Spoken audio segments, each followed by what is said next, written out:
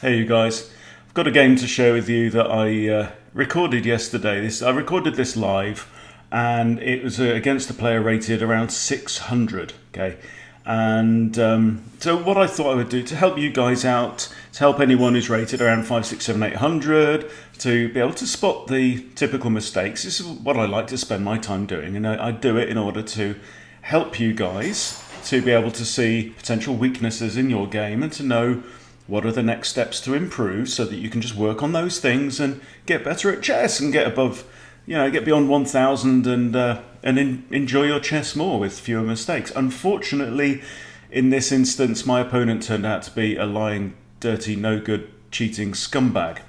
And it was clearly, well, I mean, you can watch it as the game evolves because he plays insanely well for somebody rated under 1000, never mind somebody rated 600. Okay, so enjoy the game, and then at the end we'll just do a little bit of analysis and see what happened. Interestingly, I did put in a complaint immediately after this game to chess.com, and within 17, 18 hours, something like that, I got the notification, you've been handed back 16 rapid points. Okay, so chess.com has immediately confirmed that this guy was cheating. So there you go.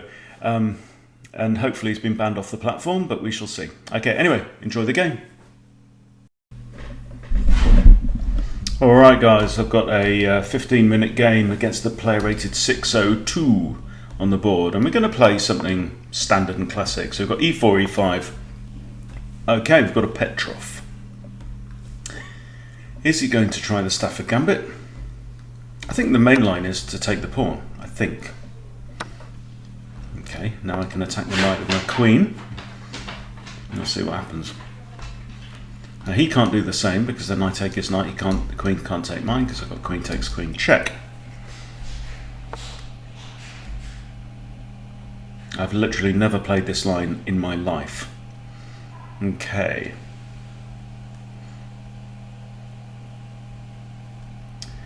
Right, so we've got plenty of time. Don't want to bring my knight out because I don't want to mess up my pawns. Tempted to play d3, just kick the knight away. I think this is a weakening move, moving the f-pawn right now. I also had, of course, queen h5 check, which would probably prompt g6. But then actually I have knight takes as well. Ooh, dang, that's interesting. That is interesting. What are we doing here? Okay. If I throw in the check now, what's going to happen? Pawn pushes. Not going to work. Alright. Alright, let's take advantage of the fact that he's moved his f-pawn when he didn't have to, and I'm just going to move my knight back to here. I'm going to make him look bad. Still got the attack on the knight. Knight's still pinned. That's the key thing. So he really needs to put a piece in the way, but this knight is going to fall. Because, yeah, my queen was there, and simply moving the knight, moving my knight away, reveals a pin. Okay. So we're probably going to have takes with one of these pawns. My knight's under threat now, but it isn't actually because this pawn is also pinned. So I'm just going to develop a knight. If the king moves, or if anything interposes, I may have to move my knight, but I can live with that. Also got bishop g5, would attack the queen. That's very nice. Pawn's still pinned, nothing to worry about. I also like the look of this move, d5, knight to d5, hits the queen and also attacks this, but the bishop's now defending it, so no dice there. Let's develop a piece.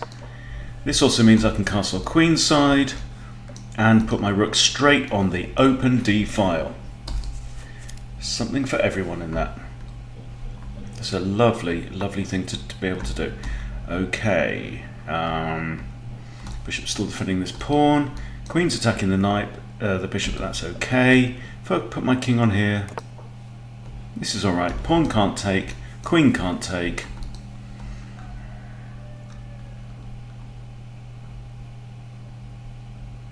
However, I do need to find another defender for my bishop. So let's say, you know, black castles now. I've got 2 pieces under attack. That's the problem. Black has castled now. This is not ideal. Okay, so queen's not going to take that, but pawn could take that. And we do not like that. But it's not the end of the world. Let's push a pawn up, defend the bishop again, so when pawn takes, might even take that with a pawn.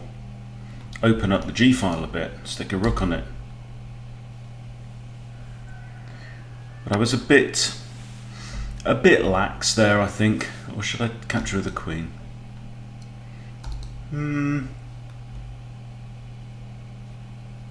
Let's capture with the pawn. Let's make things spicy. Am I going to lose points if I lose this game?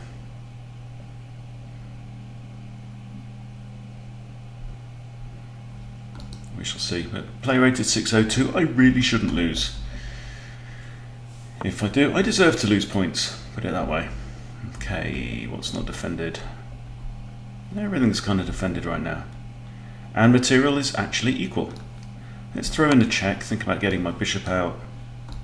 What was my queen defending from there? It's defending this, so that's now undefended, that's now undefended. These are defending each other. This is all good, bishop's doing nothing at all. King's got these, knight's got that. Okay, so I've got 2 undefended pawns now, which may be sacrificial. F4, looks solid.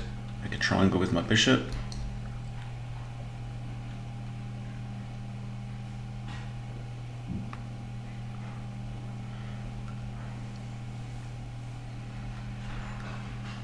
I'd love to put a knight on here and get rid of these 2 guys. My knight's only 2 jumps away. Oh, you've moved. Okay. Alright. Okay, I think this looks solid. It just takes a square away from the bishop. And I can now push h5, harass the queen, start to try and break into black's territory there. How dare you, sir? Okay, I'm going to go here, attack this pawn. If the pawn moves, I can capture the knight. Can't push that one, I just take the pawn and threaten the knight. What else has he got? I have to defend with a rook. Okay, oh, counterattack the bishop. That's not bad. Okay, let's take that. If you take my bishop, I'm going to recapture with check, and then I'm going to take your knight.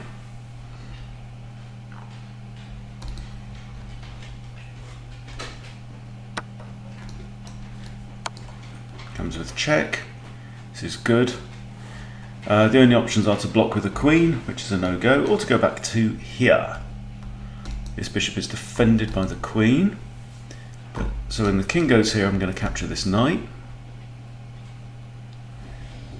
Opponent's playing alright. Then maybe we might still have ideas. If we can just get rid of this guy who's defending this square. Could have knight into here with a fork on these 2 squares. That would be great.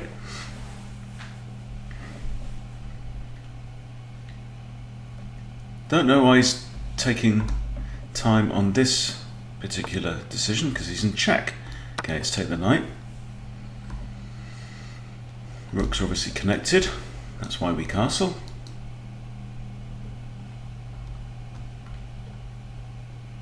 Could bring my bishop out as well, because my rooks are not connected. Okay, thrown in a check. That's just a spite check. That's not doing anything. Yeah. Move the king out of harm's way. Queen's now the only defender of this. Ooh! Ooh! Ha ha ha! Are you going to see it? Are you going to see it? Bishop takes a2. Check. You bugger. Ha ha ha! Right. This is not the play of a 600 player. Oh, this is great.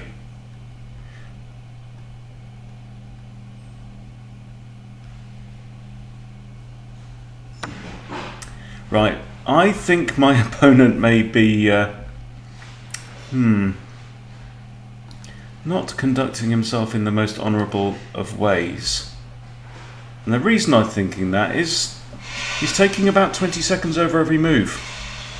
And that is a telltale sign that somebody is typing something into something. Okay, well that wasn't the best move. Okay, I'm going to be a rook behind, am I? Let's see, I'm going to be an exchange down in a second. Okay, so that was a check. That's another check. Okay, game on. 4 pawns each. My pawns are at least kind of connected. Where's he going to go? He's going to go here. Okay. Right, so now I need to use my knight. Really got to employ this knight. So let's bring the knight into play. There, attacking the bishop.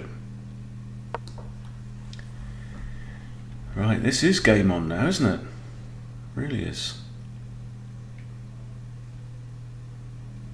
King can take, or bishop can take. Okay, well let's pin the bishop with ideas of f4. The king now needs to move off of the f-file. So it needs to move to one of these two squares. Can't go here because of my bishop. If it doesn't move, then f4 will win the bishop. Okay, he's made a decent move. I'm definitely going to have a look at this guy's accuracy after the game, because this is not the play of a 600 player a la 673. Either of these two I've got discovery. Okay, I'll get a pawn. Do I want to get that pawn, or do I want to play like rook f1, f4 and have another stab at this bishop? Or is there anything better? I'm going to grab this and attack the rook, and then I might move my rook across. But he's probably going to play rook like to here, or move back here.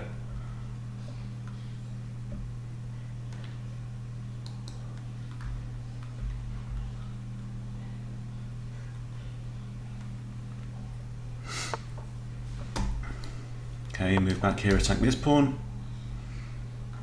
If he pushes the pawn, I can move back with the discovery from the bishop. This bishop is also hanging, it must be said. Did I miss that?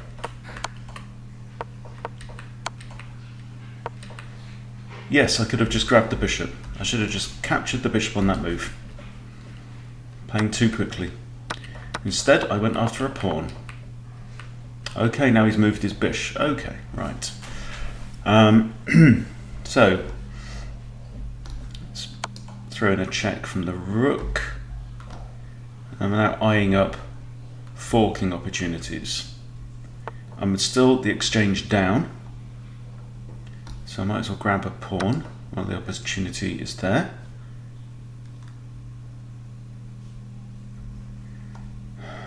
This pawn's kind of vulnerable now. Really should think about getting onto a light square, so... Okay, where does this knight want to go? That would be a decent square. So let's go here, maybe there, with a fork on these two.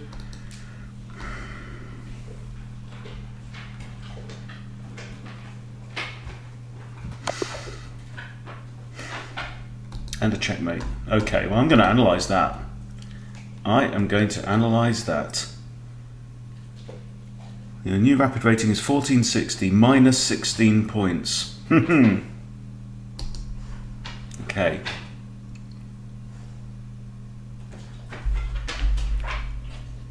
And of course the other thing to look at as well is the time spent on moves by black. So that was just too accurate. Okay, some moves played under 10 seconds, but 45 and a 42? Oh, I don't know. I mean, it's not 92% accuracy, huh? Hey guys, so there you go. Quick recap. I think by the end of that game, it was pretty obvious what was going on. And if we look now at this player's profile on chess.com, you can see their account has actually been closed due to violation of fair play policy. And if you just look down some of their previous games, so, you know, it's a couple of games before he played me. Where's me? There's me. Okay, so a few games before, he played a game with 25 moves and he got 27 accuracy. Okay, next one, it was a draw, 55 accuracy, and then 90, 84, 91.9, and that was the one against me. And then the one straight after that, he lost against somebody rated 657. So it's pretty blatant, guys, to be honest. And you can see I was a little bit in two minds during the game itself, but when it comes down to it, please, for God's sake, it's not worth cheating just to build up your number. It's just ridiculous. So bye-bye, Allah673. I hope I never see you again. I'd already blocked him anyway. And I sent him a message saying, I have reported you for cheating by the end of that, because it was just ridiculous and blatant. So look, guys, if you're ever tempted to use an engine, just don't bother. You know, engines are useful to prepare before a game, possibly to help you figure out your openings, your theory to some degree. Maybe useful after a game to see where your biggest mistakes were and how you can fix those. But don't, for God's sake, don't use them during a game, because you're just a dick if you do that. So bye-bye, that's one less scumbag on chess.com. There's still almost 100,000 people a day joining chess.com, which is fantastic. And you know what? We're going to meet some of these people every now and again. And that's it. You just have to, take it in good humour if you can. But thank you to chess.com for very promptly taking action on this and ensuring that the platform is an enjoyable place for us all to play this game that we love doing. So respect to you, chess.com. Thank you for that. Thank you for watching. Please subscribe to Chess Bootcamp if you aren't already a subscriber. I'll see you soon.